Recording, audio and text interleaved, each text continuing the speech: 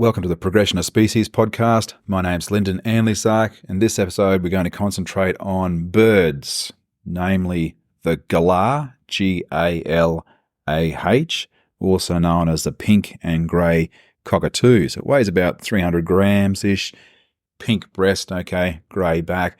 Now, it's really interesting. You can live from, say, 30 years apparently in the wild and maybe even up to 80 in captivity.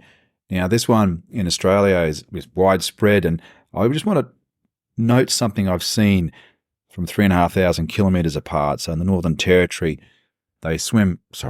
Now I'm still thinking of fish. They fly in a straight line, more so.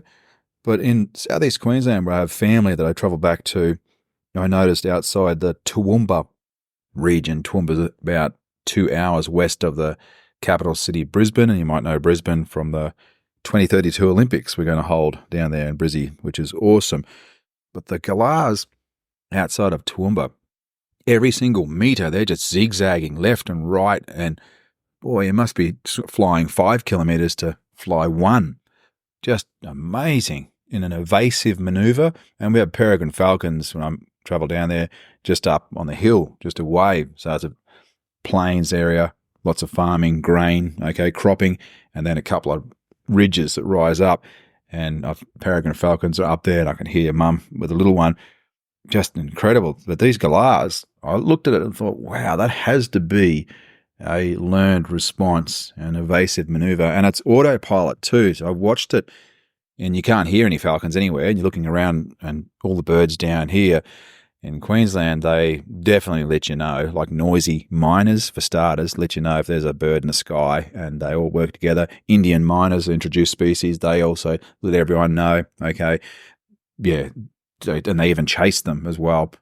But I just wonder if anyone else out there, the twitchers, people into birds out there, have noticed this. And look, I'm very interested around the world if you have the same species, but so many kilometres apart, have a completely different flight pattern, and it's like an automated response. As soon as they leave the branch, they'll do it, and it might even be crossing an area like a wide open area, but it is very different to the flight patterns in the Northern Territory that I noticed. There's no way that the birds are on edge that much, although we do have peregrines in the Northern Territory as well.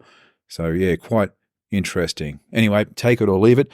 From a evolutionary standpoint, from a behavior standpoint, adapting, all right, health and safety standpoint, it's interesting for me. And what I might do is I might get out and film it one day. It might take a while for me to get that. But yeah, I'm interested to see if other species around the world have done it.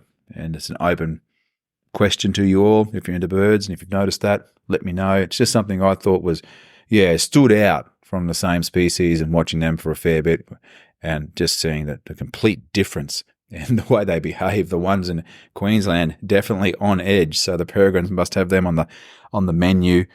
That's for sure. Not sure how good it'd taste, but anyway, probably very, very good for a peregrine falcon.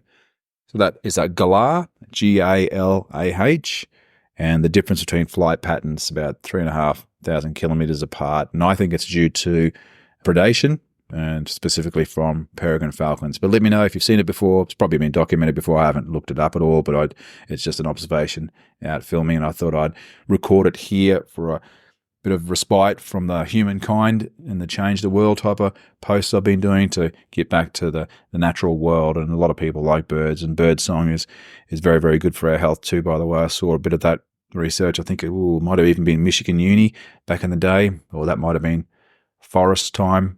But it's said to be very, very good for us. And I think most people have known that for a long time, and especially original people.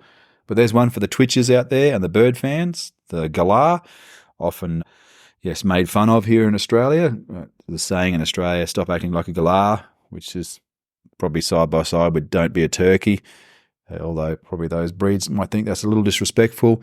But the flight pattern is completely different, very, very much on edge here, and it looks like it's done intentionally to avoid predation, and it looks like it's an automated response. It's not just occurring when they hear falcons around or a raptor is around.